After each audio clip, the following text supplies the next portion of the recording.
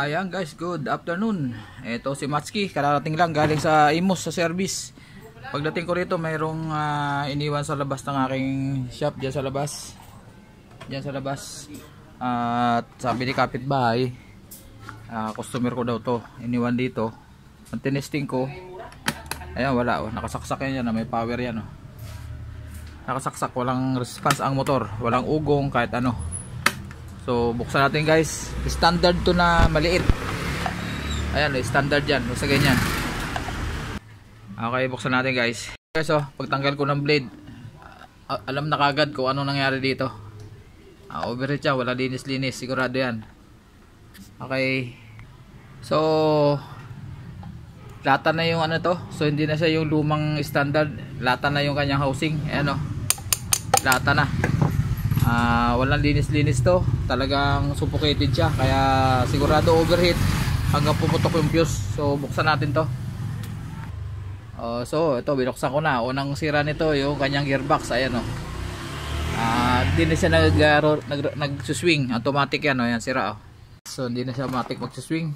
Okay, ayan, nabawasan ko na alikabok. Brinasa natin, tapos tagalin natin yung tumpin at malihan natin to shafting bago natin tanggalin yung apat na screw. Hindi ko na sa inyo papakita para mabilis.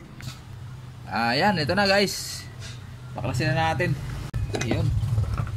So kita nyo guys oh, talagang grabe, walang kalinis-linis to. Baliktaran natin yung camera, against the light tayo. So ito guys yung kanyang loob, ayan oh. Walang kalinis-linis talaga. So may thermal fuse to rito. Doon tayo sa thermal fuse. Sigurado putok ang thermal fuse yan. Ayan guys yung thermal fuse nya. Yun.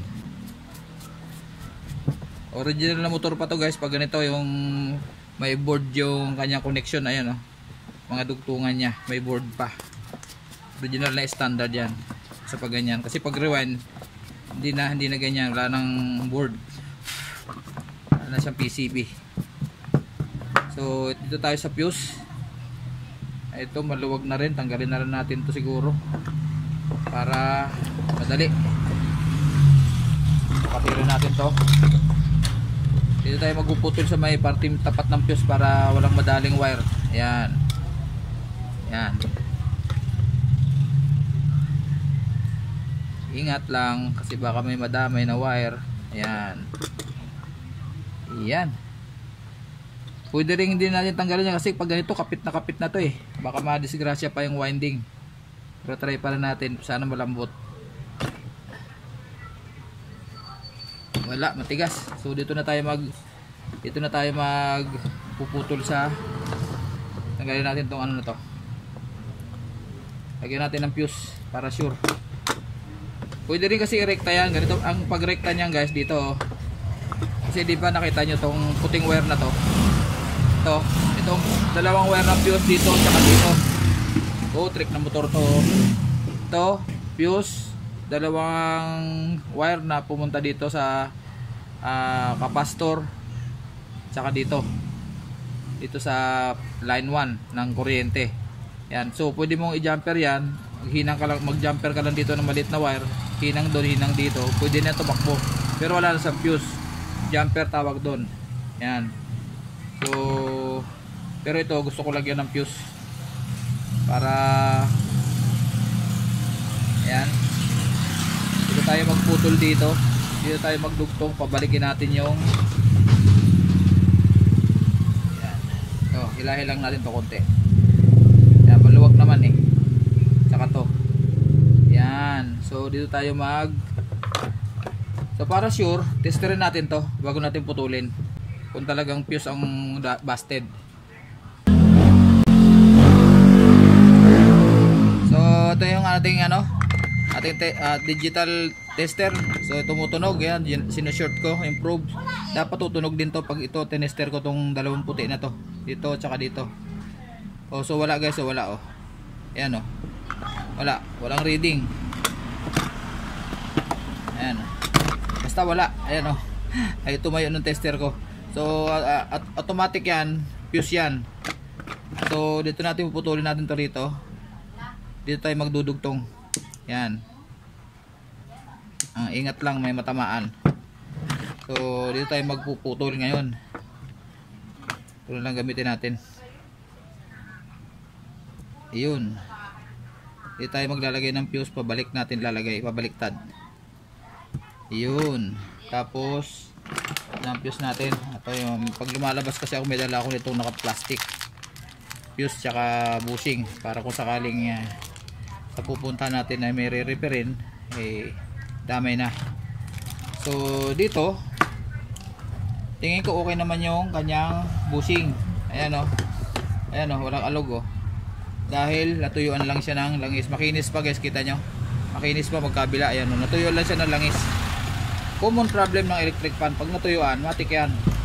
So dito tayo magja-jumper ng hindi pala magja-jumper, sorry, magkakabit ng fuse. So ito testing natin bago natin ikabit. Ayan, so tumunog. Dito natin siya ilalagay, pabaliktad naman ang pagkabit natin para dito natin itatali. Ayan, so siyempre hinangin natin yan. Pwede rin itong hindi hinangin guys, pwede rin. Madalas naman ito ginagawa ng ating mga master, basta naka-insulator lang siya ng maayos para walang shortage. Ayan. Yan.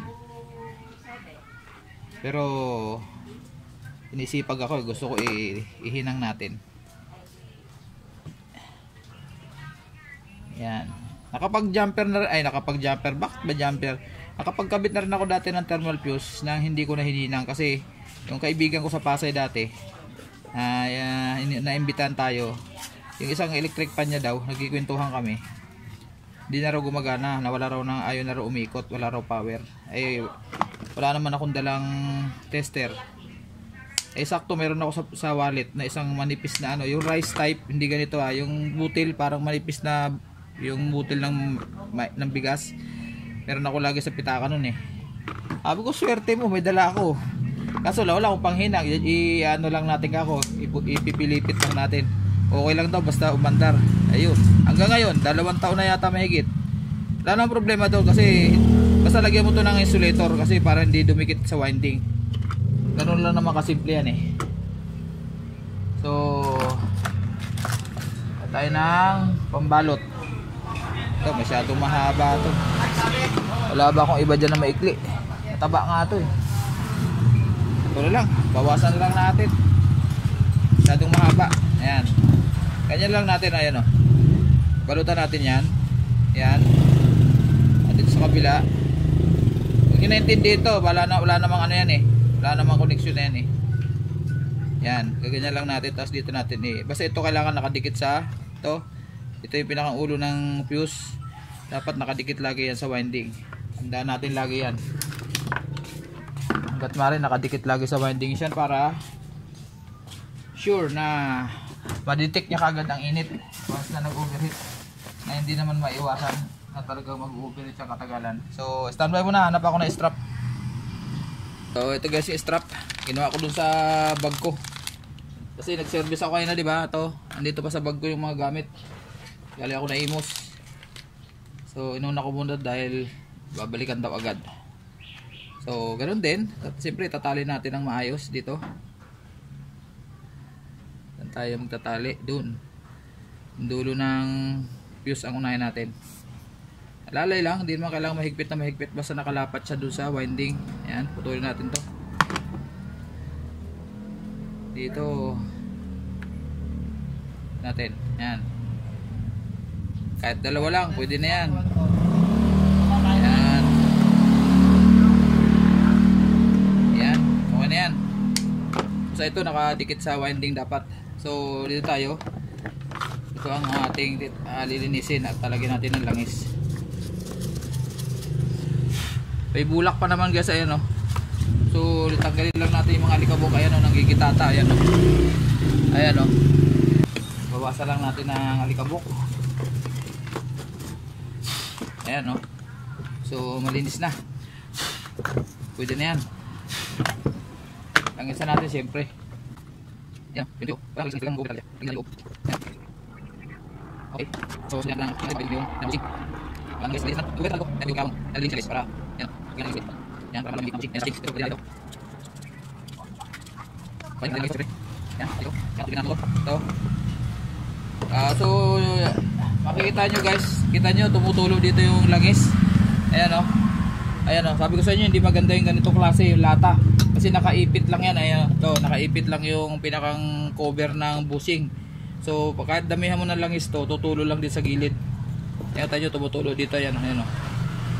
So ang kaganda lang na standard, matibay talaga yung motor niya. Kagaya ng ginagawa ko dati, para malaman natin kung talagang may power na siya, isaksak natin, tapos i-off muna natin yung ating mga switch. Ayan, naka-off. Lahat naka-off yung switch natin. Ayun o.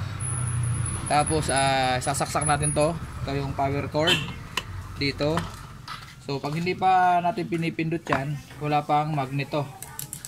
Ayan, wala pang magnet. Tingnan natin, baka may bakal dito na tinamaan yung winding. Ayan, so ganyan. So number 1 ko. Ayan. Ayun o, meron na o. Tinig nyo guys, ayan o. Ayan o, nagwa-magnet siya o.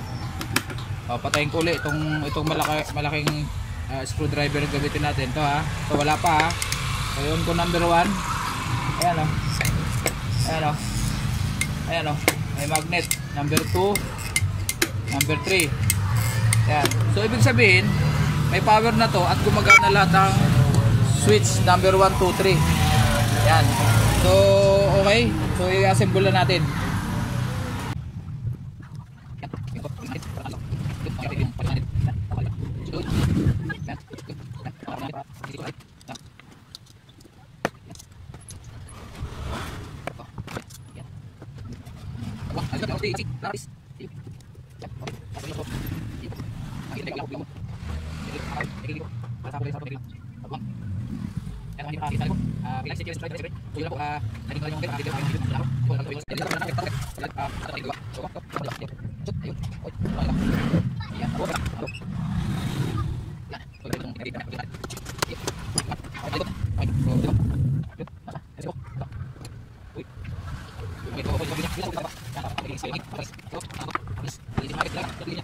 Ayan, so guys, nakikabit ko na yung rear cover. Wala siyang dalang front cover, so okay na yan.